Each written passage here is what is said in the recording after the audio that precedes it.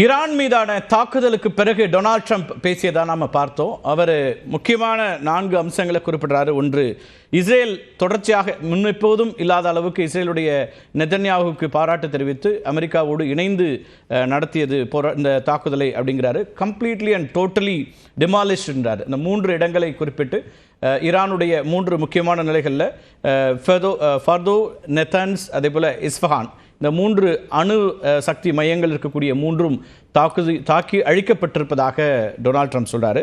கடைசியாக அவர் சொல்லக்கூடிய அம்சம் ரொம்ப முக்கியமாக இருக்குது. Either peace or tragedy for ஈரான்கிறாரு. அமைதி நிலவ வேண்டும் அல்லது ஈரானுக்கு ஒரு பெரிய துயரம் ஏற்படும். அது கடந்த 8 நாட்களில் நமக்கு ஏற்பட்டதை விட கூடுதலாக இருக்கும் அப்படிங்கிற கருத்தை சொல்கிறாரு.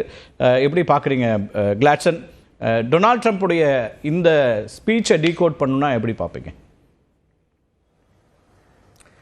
டொனால்ட் ட்ரம்ப்புடைய பேச்சு அப்படிங்கிறது இந்த தடவை ஒரு மார்த்தட்டி பேசிக்கொள்கிற ஒரு அகந்தை நிறைந்த ஒரு பேச்சாக தான் இருக்குது. இது ஏதோ ஒரு வார் ஆஃப் இங்கிலாண்டை ஜெயிச்சிட்ட மாதிரியும் 2ஆம் உலகப் போரே முடிஞ்சிட்ட மாதிரியும் பேசக்கூடிய ஒரு பேச்சாக இருக்குது. இந்த பேச்சு எப்படி இருக்குன்னா, ஒரு உலகப்போரையே ஜெயிச்சிட்டாரு அப்படிங்கிற மாதிரி போய் இவங்க அணு உலைகளை அழைச்சிட்டு வந்துட்டாங்க, அந்த மாதிரி தான் இருக்குது. அப்போது இந்த பேச்சில் ஒரு அந்த மாதிரி ஒரு அகந்தை ஆணவம் இருந்தாலும் இன்னொரு பக்கம் ஒரு ஸ்ட்ரிக்ட் வார்னிங் கொடுக்குற மாதிரியும் இருக்குது. என்ன மாதிரி வார்னிங் கொடுக்குறாரு அப்படின்னா, இதுவே அமைதிக்கு அவங்க வரணும், வரலைன்னா இன்னும் அதிகமான விளைவுகளை சந்திக்கணும்னு. அது எல்லாத்துக்குமே தெரியும், உலகத்தில் இருக்க எல்லா இடங்களுக்குமே தெரியும். அமைதிங்கிறது வற்புறுத்தலின் பேரில் வராது. ஒரு என்ஃபோர்ஸ்ட் பீஸ், இம்போஸ்ட் பீஸ் வர்றதுக்கான வாய்ப்பே கிடையாது. இப்போ இதெல்லாம் பண்ணிட்டு இருக்கும் போது அவங்க ஈரான் அமைதியாக இருப்பாங்கன்னு நீங்கள் நினைக்கிறீங்களா? இல்லை இது பண்ணுறதுனால ஈரானை அமைதிப்படுத்திடலாம் நினைக்கிறாரான்றது தெரியல. அதே மாதிரி நீண்ட நாட்களாக இதை பற்றி பேசிட்டு இருக்கிறேன், இதை பற்றி நான் யோசிச்சுக்கிட்டு இருக்கேன் அப்படின்னு சொல்றாரு. இது முன்னுக்கும் பின்னும் முரணானதாகவே இருக்கு. 2 நாளைக்கு முன்னாடி அவர் கொடுத்த பேட்டியில இல்லை என்ன பண்ணுவேன்னு எனக்கு தெரியாது, அமைதியாகவும் போவேன், இல்லை தாக்குதல் வரும்போது என்ன சொல்ற, ஆமா 2 வார காலம் நேரம் சொல்லியிருக்காரு. அதுக்கு முன்னாடி என்ன சொன்னாரு, இஸ்ரேல் தாக்குதல்களை நிறுத்துற வரைக்கும் நம்ம அவங்ககிட்ட போய் பேச்சுவார்த்தை நடத்த முடியாது அப்படிங்கிறாரு. இன்னொரு பக்கம் என்ன சொல்றாரு அப்படின்னா, இவர்கள் எங்களுக்கு எதிரிகள், நேராக எங்களுடைய தளபாளங்களை அவங்க அடிச்சாங்கன்னா மட்டும்தான் நாங்கள் போய் தாக்குவோம் அப்படின்னு சொன்னார். இதெல்லாம் சொன்ன பிறகும் கடைசியில் என்ன பண்ணுறாரு, இவர் போய் இந்த மாதிரியான ஒரு குண்டு மழையை பொழிகிறார். இதை பண்ணும்பொழுது ஈரான் அவ்வளோ லேசப்பட்ட நாடு இல்லைன்னு நமக்கு தெரியுது. ஆக்சிஸ் ஆஃப் ரெசிஸ்டன்ஸ் அப்படின்னு அவங்க அடையாளம் காணப்பட்டதுலேருந்தே இங்கே அவங்க தாக்குதலுக்கு தயாராகிட்டாங்க. ஏன்னா அங்கே இருக்கக்கூடிய பக்கத்து நாடுகள் எல்லாரையும் தன்வசப்படுத்தி அவர்கள் மேலே குண்டு போட்டு அங்கேருந்து வான்வழி தாக்குதலை எடுக்கிறதுக்கான முயற்சிகள் எல்லாத்தையுமே அமெரிக்கா பண்ணி அதோடு சேர்ந்து இணைந்து இஸ்ரேலும் பண்ணியிருக்கு. இது 2க்கும் நடுவில் பார்த்தீங்கன்னா அமைதிக்கு எங்கே ஒரு வாய்ப்பை கொடுக்குறாங்கன்னு இல்லை. அதே மாதிரி ஈரான் இது இவ்வளவு அவசரம் என்ன அப்படின்னு பார்க்கும்போது, இந்த ஷெஜித், ஷாஹின் இந்த மாதிரியான ஏவுகணைகளை அமெரிக்காவும் சரி இஸ்ரேலும் சரி பெருசாக எதிர்பார்க்கல. இந்த மாதிரியான குண்டுமழை அந்த பக்கம் இந்த வரும், இந்த பதிலிருப்பை எதிர்பார்க்கலன்றதான் தோணுது. இந்த பதிலடி கொடுக்கல அப்படின்னா இஸ்ரேலை அவங்க அடிச்சிருவாங்க அப்படிங்கிற ஒரு முடிவுக்கு வந்திருக்கலாம். ஏன்னா இது நேற்று முன்தினம் 2 நாட்களாக நீங்கள் வர செய்திகளை பார்த்துட்டு இருந்தாலோ நேரடியாக அங்கிருந்து வரக்கூடிய நண்பர்கள் சொல்ல தகவல்களை பார்த்தாலோ ஒரு கடும் பயம் இஸ்ரேலுக்கு முதல் தடவை. உயிர் சேதம் அவ்வளோ இல்லை அப்படின்னாலும் அங்கே இருக்கக்கூடிய டெலிவிஷனில் இருக்கக்கூடிய அவங்க ஸ்டாக் எக்ஸ்சேஞ்ச் அடித்தது, மருத்துவமனைகளை தாக்குனது, மற்றபடி சிவிலியன் டார்கெட்ஸ் அடிக்கிறது அப்படிங்கிறத ஒரு பயமாக பார்த்து இதில் கண்டிப்பாக அமெரிக்காவினுடைய உதவி தேவை அப்படின்னு சொல்லி பண்ணுறாங்க. அப்போ இவங்க என்ன நினைக்கிறாங்கன்னா, காசாவை கொள்ளும் பொழுது அது அயோக்கியத்தனமாக தெரியல, ஆனால் எங்களை அடிக்கும் போது எங்களை அயோக்கியத்தனமாக பண்ணுறாங்களே அப்படின்ற மாதிரி தெரியுது. இது இந்த மாதிரி ஒரு ஒரு ஒரு தேவையற்ற ஒரு போரை இஸ்ரேல் ஊக்குவிச்சிட்டு இருக்குது அப்படின்னு தான் பார்க்கணும். டொனால்ட் ட்ரம்ப் குறிப்பாக நேரடியாக இவர் உள்ளே இறங்கியிருக்கிறதுங்கிறது ஒரு ஒரு கடும் விமர்சனத்துக்கு உள்ளாயிருக்கு அமெரிக்காவில். ஏன்னா அவர் அதிபர் பதவிக்கு வரும்பொழுது ரொம்ப தெளிவாக சொன்னார், இவரும் சொன்னார், ஜேடி வான்ஸும் சொன்னார், போர் எங்களது இலக்கு அல்ல, எந்த நாட்டிலையும் நாங்கள் போர் செய்ய மாட்டோம் அப்படின்னு சொல்லிட்டு வந்தாங்க. இப்போ மிட்டம் எலெக்ஷன்ஸ் வரப்போகுது அடுத்த ஆண்டு. இந்த மிட்டம் எலெக்ஷன்ஸ்க்கு இவங்க கடுமையாக பதில் சொல்லியாக வேண்டும் அப்படிங்கிற ஒரு இருக்குமா நிலைமைக்கு இவங்க தள்ளப்பட்டிருக்காங்க. ஓகே, சிச்சுவேஷன் ரூம்லேருந்து இதை நேரடியாக கண்காணிக்கவும் செய்திருக்காங்க. இந்த ஈரானில் இருக்கக்கூடிய 3 அணு உலைகள் மீதான அமெரிக்க தாக்குதலை டொனால்ட் ட்ரம்ப், ஜேடி வென்ஸ் உள்ளிட்ட முக்கியமான அதுக்கு பிறகு இருக்கக்கூடிய சிஐஏவுடைய சீஃப்லேருந்து அத்தனை பேருமே. ஸோ இது வந்து ஒரு திட்டமிடப்பட்ட ஒரு தாக்குதல் அப்படின்னு எடுத்துக்கலாமா? ஏன்னா அவர் வந்து 2 வார காலம் ஆகும் அப்படிலாம் சொல்லியிருந்தாலும் கூட இதுக்கு முன்னதாகவே அமெரிக்கா அதுக்கு தயாராகி வருகிறது, அல்லது இன்னைக்கு டொனால்ட் ட்ரம்ப் சொல்றதன் மூலமாக ஒரு எச்சரிக்கை கொடுத்துருக்காரு, அல்லது ஒரு பெரிய அளவுக்கான போருக்கு அமெரிக்கா தயாராகிடுச்சு அப்படின்னு பார்க்கலாமா? ஐக்கிய நாடுகள் சபையெல்லாம் ஒரு கவலை தெரிவித்தாலும் கூட அதை கடந்து அமெரிக்கா இந்த முடிவுக்கு வந்துருச்சு அப்படின்னு பார்க்க வேண்டியிருக்கா? அதாவது இது ஒரு முற்சார்பு நடவடிக்கைன்னு தான் சொல்லணும். இந்த முற்சாய்வு எங்கே இருந்திருக்குன்னா, ஈரானை இவர்கள் வந்து பார்க்கறதே ஒரு தீவிரவாத தேசமாக தான் பார்க்குறாங்க. இப்போ தீவிரவாத தேசமாக பார்க்கும் பொழுது எந்த நேரத்துலையும் எது வேணால் நடக்கலான்னு சொல்லி தயாரிப்பில் தான் இருப்பாங்க. இப்போ வந்து ஒரு B2 பாம்பரை வந்து நீங்கள் எடுத்து வரணும் அப்படின்னா அது உடனடியாக சொல்லி பட்னம் அமுத்தினோன்னு கிளம்புற மாதிரி கிடையாது. அதுக்கான முன் தயாரிப்புகள் பல வாரங்கள் நடக்க வேண்டிய தயாரிப்புகள் இருக்குது.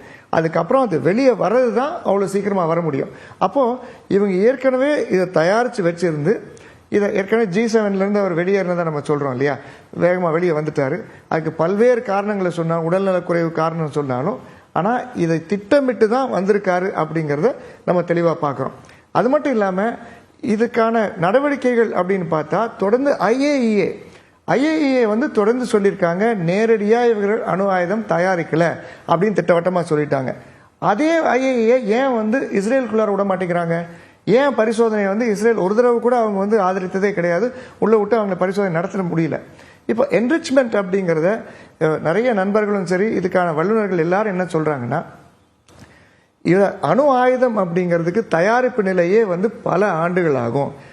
அதே மாதிரி அந்த அணு ஆயுதம் தயாரிக்கிற இடத்தை இவங்க அடித்தாங்கன்னா கூட பயங்கரமான வெடிப்பொருட்கள் வெளியாகி சேதாரம் வந்து ரொம்ப நாசகரமான ஒரு வேலை அதிகமாக இருக்குன்றாங்க. ஆனால் இது முடிஞ்சதுக்கு அப்புறம் உடனடியாக நடக்கக்கூடிய அந்த ஆய்வுகள் இப்போதான் ஒன்றொன்னா அறிக்கைகள் வந்துகிட்டு இருக்கு. அந்த மாதிரி ரெசிடியூ ஒன்றும் இல்லை அப்படின்னு சொல்றாங்க. ஒருவேளை ஈரான் இதை முன்னெச்சரிக்கையாக எடுத்து அங்கே இருக்கக்கூடிய விடயங்கள் எல்லாத்தையும் இடமாற்றம் செய்துட்டாங்களா, அல்லது அவ்வளோ ஆழத்தில் இருந்ததுனால பாதிப்பு இல்லாமல் இருந்துச்சா என்னங்கிற உறுதியான தகவல் இன்னும் நமக்கு வெளிவராத நிலையில் இவர்களுடைய தாக்குதலானது கண்டிப்பாக கண்டிக்கக்கூடியதாக தான் இருக்குன்றது என்னுடைய B2 ரக விமானங்களை பயன்படுத்தி இருக்கிறாங்க. குண்டு வீசக்கூடியது 60 மீட்டர் வரைக்கும் ஆழத்திற்கு சென்று அழிவை உண்டாக்கக்கூடிய இந்த விமானங்களை அமெரிக்கா பயன்படுத்தி இருக்கு. ஆனால் ஈரான்லேருந்து வரக்கூடிய தகவல்கள் அவங்க 80லேருந்து 90 மீட்டர் அடி ஆழத்தில் அவங்களுடைய இந்த நியூக்ளியர் இதெல்லாம் வைத்திருந்தார்கள் அப்படிங்கிறது தான் தகவல். அதனால் எந்த அளவுக்கு அழிவு உண்டானது அப்படிங்கிறதுலாம் நீங்கள் சொல்கிற மாதிரி இன்னும் காலம் ஆகலாம் அங்கேருந்து வரக்கூடிய தகவல்களுக்கு. நம்ம தொடர்ந்து பேசலாம். கிளாட்சன் இணைப்பில் இருங்க.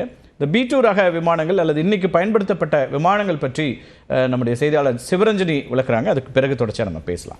நிச்சயமாக கார்த்திகை செல்வன், அதாவது அதிபர் ட்ரம்ப் குறிப்பிட்டார் 3 ஈரானோட அணு உலைகள் தாக்கப்பட்டதாக குறிப்பிட்டிருக்காரு. அதனுடைய அந்த மேப்பை தான் பார்க்குறோம். ஃபோர்டோ, நட்டான்ஸ் அண்ட் இஸ்ஃபஹான், இது 3ம் எங்கே இருக்குது, அதாவது தலைநகர் தெஹ்ரான்ல இருந்து எங்கே இருக்குது அப்படின்றத இந்த மேப்பில் நாம் பார்க்க முடியுது. முதலாவது 100 கிலோமீட்டர்ஸ், அதாவது 100 கிலோமீட்டர் தொலைவில் இருக்குது தெஹ்ரான்ல இருந்து. இப்போ இதை எப்படி தாக்கியிருக்காங்க அப்படின்னு பார்க்கும்போது அதுக்கு முக்கியமாக பயன்படுத்தப்பட்டது பங்கர் பஸ்டர்னு சொல்லக்கூடிய இந்த B2 பாம்ஸ் தான். அதை இந்த விமானம் மூலமாக தான் அங்கே இறக்குவாங்க, அதாவது குறிப்பிட்ட டார்கெட்டில் இறக்குவாங்க. இந்த விமானத்தை பொறுத்த வரைக்கும் B2 ஸ்டெல்தர் பாம்பர்னு சொல்லப்படுது. இதில் தான் GBU-57ன்னு சொல்லக்கூடிய அந்த குண்டுகள் எடுத்து செல்லப்படுது. இதனுடைய சிறப்பம்சம் என்ன அப்படின்னு பார்த்தோன்னா, அமெரிக்காவில் இருந்து வெகு தூரம் இது பயணிக்கும். அதே மாதிரி ரீஃபியூவல் பண்ணால் சாண்டியோகோலேருந்தே இது பயணிக்கக்கூடிய அளவுக்கு இதுக்கு சிறப்பம்சம் இருக்குது. அது மட்டும் கிடையாது, இதனுடைய ரெக்கைகளுடைய அம்சத்தை நம்ம பார்க்க முடியும். பிற போர் விமானங்கள் மாதிரி இல்லாம இது வித்தியாசமான அமைப்புல இருக்கும். அதே மாதிரி இதை தயாரிக்கிற மெட்டீரியல், இது மட்டும் இல்லாம இதுக்கு மேல கொடுக்கக்கூடிய கோட்டிங், இது 3ம் சேர்ந்து எதுக்கு உதவும் அப்படின்னா, ரேடார்ஸால இந்த விமானத்தை டிடெக்ட் பண்ண முடியாது. ஏன்னா இது பாதி வழியில இருக்கும்போது வான் பாதுகாப்பு அமைப்புகள் இதை பதில் தாக்குதல் நடத்துறதுக்கு வாய்ப்பு இருக்கு. அதனால அந்த மாதிரி டிடெக்ட் பண்ணாத வகையில இதை அமைச்சிருக்காங்க. இந்த விமானம் தான் முதல்ல முதல்ல பறக்கும். இந்த விமானம் இவங்களுடைய டார்கெட் ஏரியாவுக்கு மேலே போனதுக்கு பிறகு அதில் இருந்து தான் இந்த B2ன்னு சொல்லக்கூடிய GBU-57 அந்த பாம் போடப்படும். அந்த பாம்பை பொறுத்த வரைக்கும் அதனுடைய சிறப்பு அம்சம் என்ன அப்படின்னு பார்த்தோம்னா, கரெக்டாக டார்கெட்டுக்கு மேலே இருந்து அந்த பாம்பை ரிலீஸ் பண்ணுவாங்க. அதுக்கு பிறகு என்ன ஆகும் அப்படின்னா, இதுக்கு எந்த இன்ஜினுமே கிடையாது. ரொம்ப உயரத்தில் இருந்து போடக்கூடிய நிலையில் அந்த வேகத்திலேயே அது வெகு தூரம் பயணிக்க வல்லது.